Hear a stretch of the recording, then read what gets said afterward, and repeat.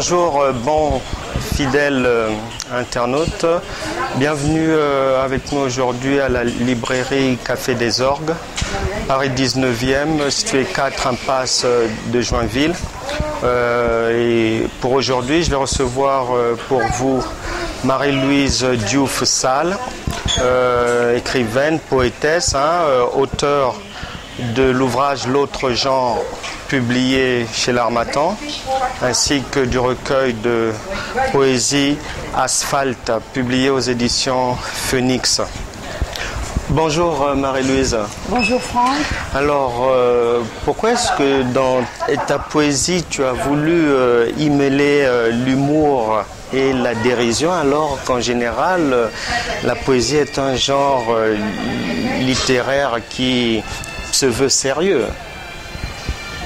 Alors pourquoi cette volonté de produire une poésie qui fait rire des fois? Le sérieux, à mon point de vue, n'est pas le fait de la poésie. La caméra.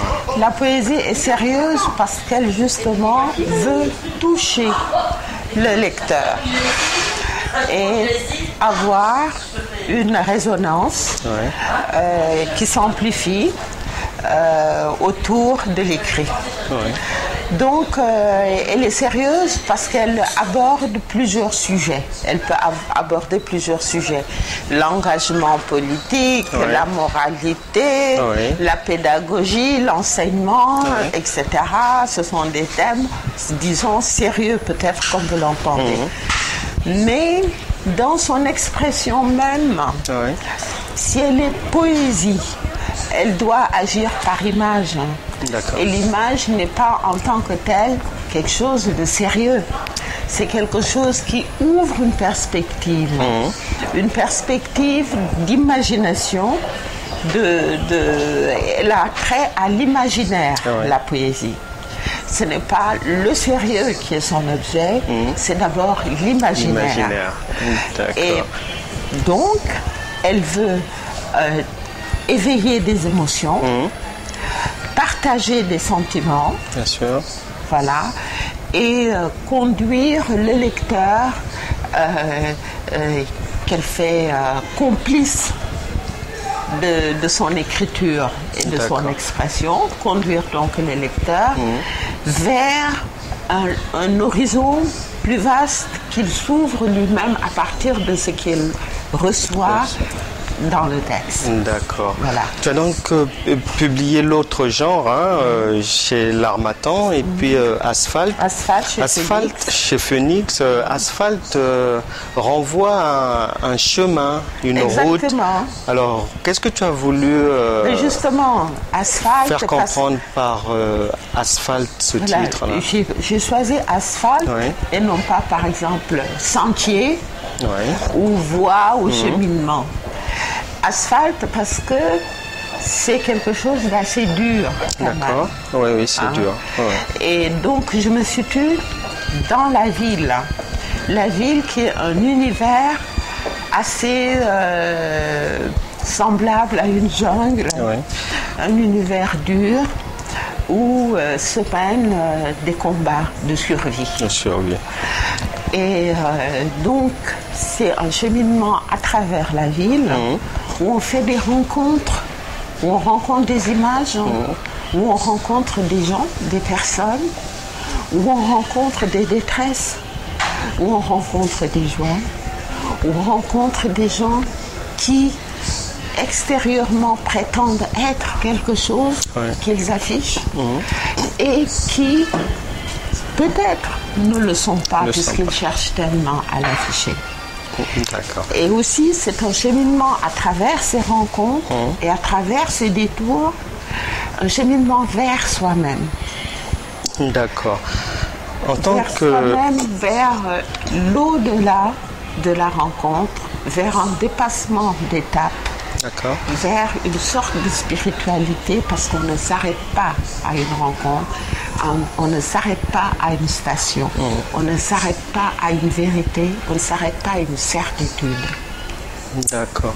En tant qu'originaire du Sénégal, le pays qui a donné l'un des plus grands poètes africains, la personne du défunt président Sédar Senghor, mais quelles sont tes sources principales d'inspiration, d'influence pour Oui, bien ta sûr, poésie? Senghor m'a beaucoup influencé pendant ma jeunesse. Parce que il a, le premier que j'ai lu, bien sûr, j'ai lu David Diop, Birago Diop, etc., mais qui a su, comment dire, relever ou valoriser dans sa poésie le rythme nègre et les images nègres, les images d'Afrique, et valoriser aussi la parole. D'accord. Et la tradition. Donc ça me touchait parce que je suis originaire du Sénégal. Bien sûr, je suis originaire de l'Afrique en général. Et donc je suis nourrie de contes et de chants Bien sûr. dans les langues nationales, dans les langues du pays. Ça, c'est une influence indéniable. Par ailleurs, j'ai beaucoup lu les auteurs aussi occidentaux. J'ai lu Césaire. Et Césaire, c'est sa fougue poétique. C'est lui qui parle des armes miraculeuses. Quand il parle de la poésie, il parle d'armes. Donc cette fougue, cette volonté de l'avant, cette volonté de vaincre par la parole.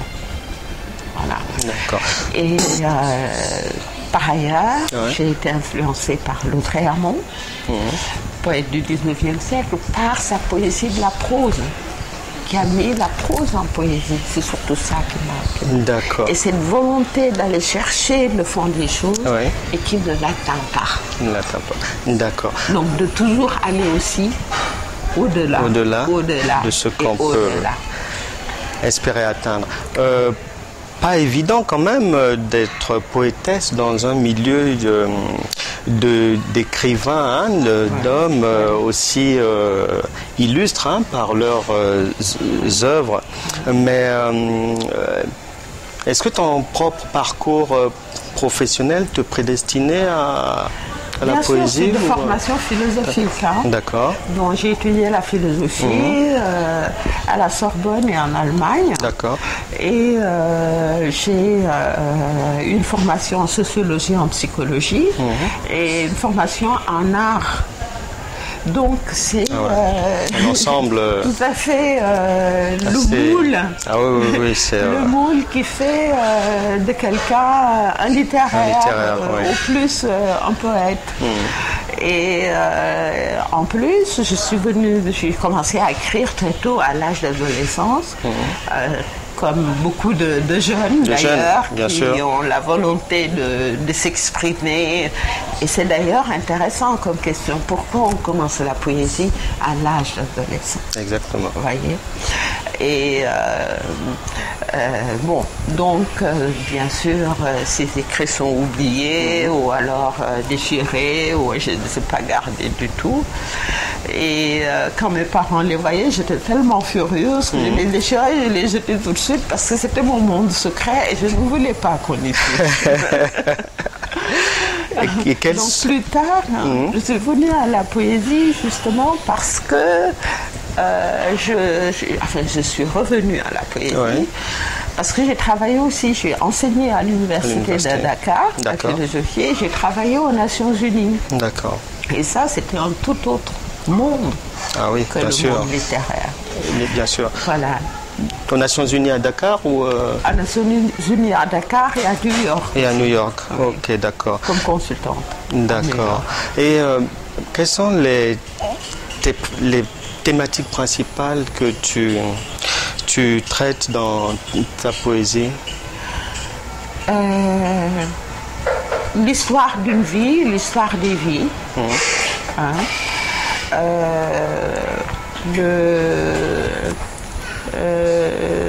L'amour de Dieu. L'amour de Dieu.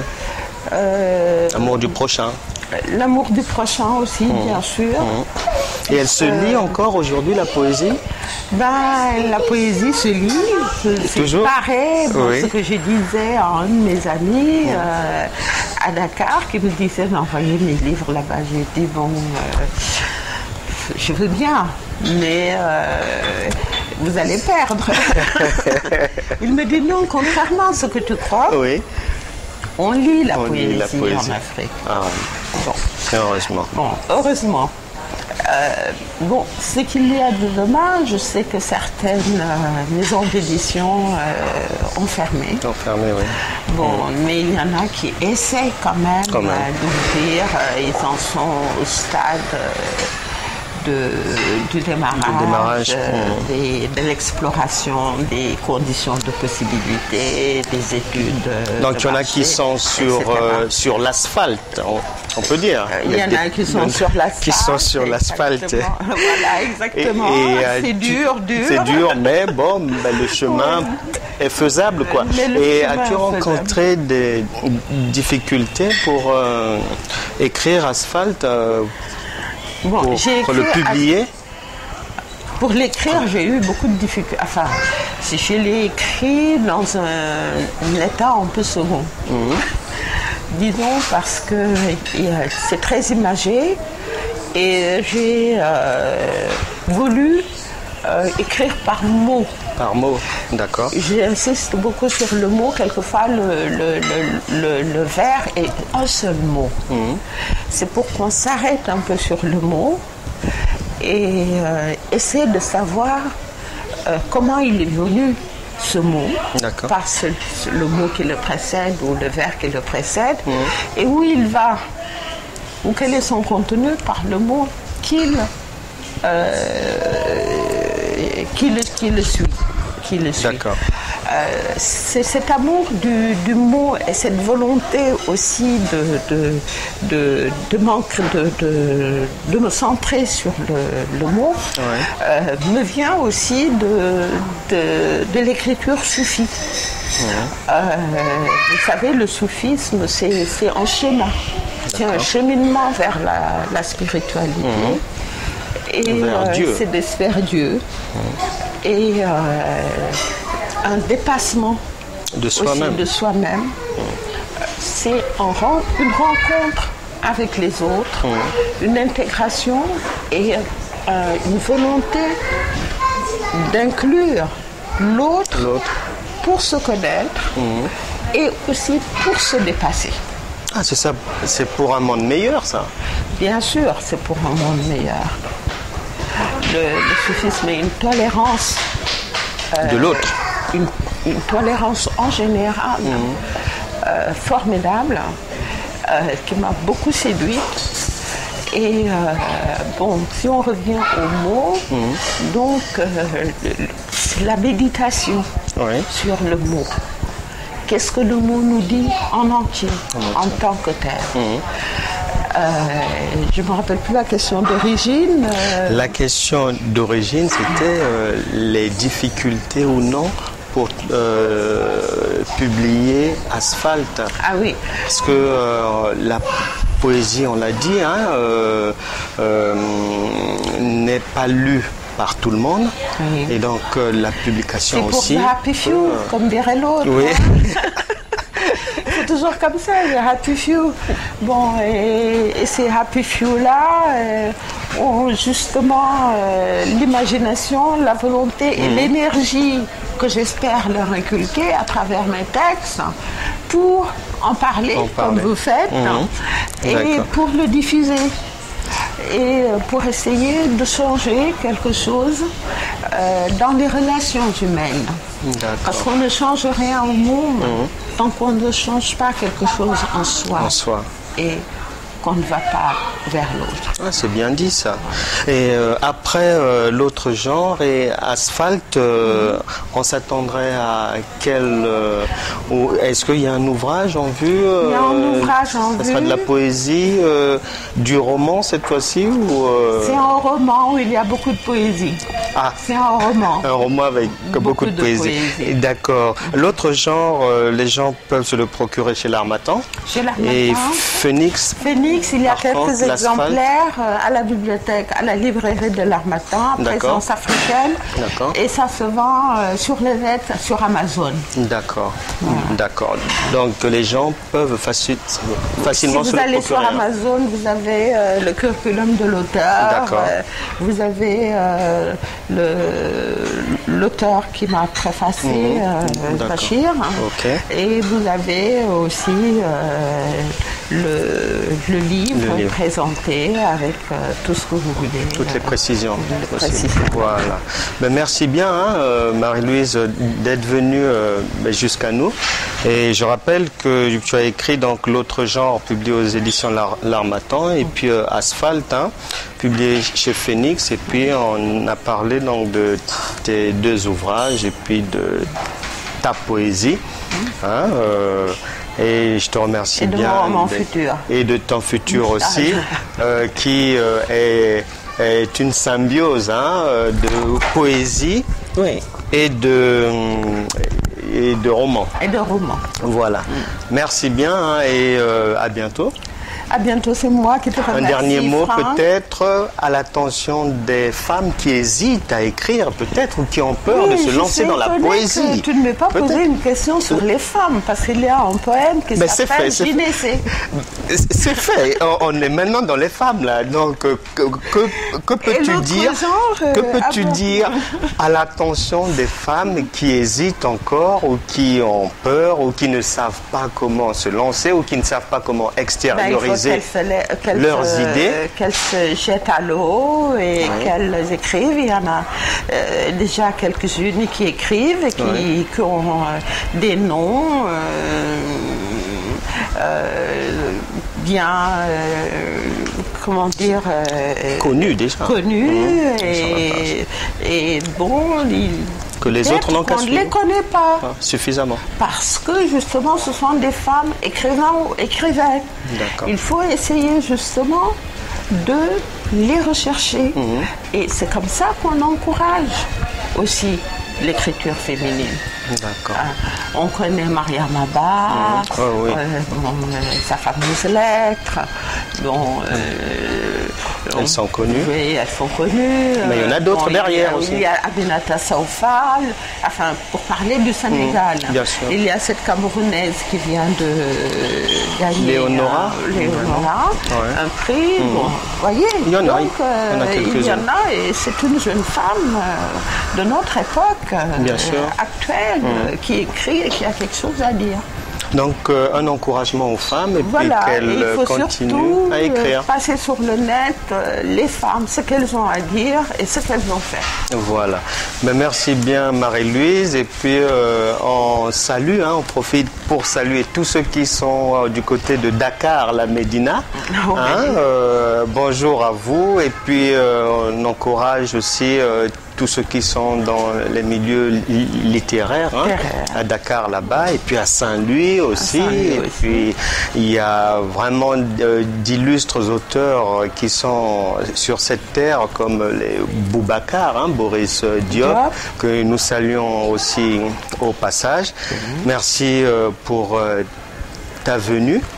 Merci, c'est moi qui te remercie, qui vous remercie d'avoir cette volonté de faire connaître les femmes qui s'efforcent, qui travaillent pour produire et qui ont quelque chose à dire et qui veulent que ça passe, un message à passer.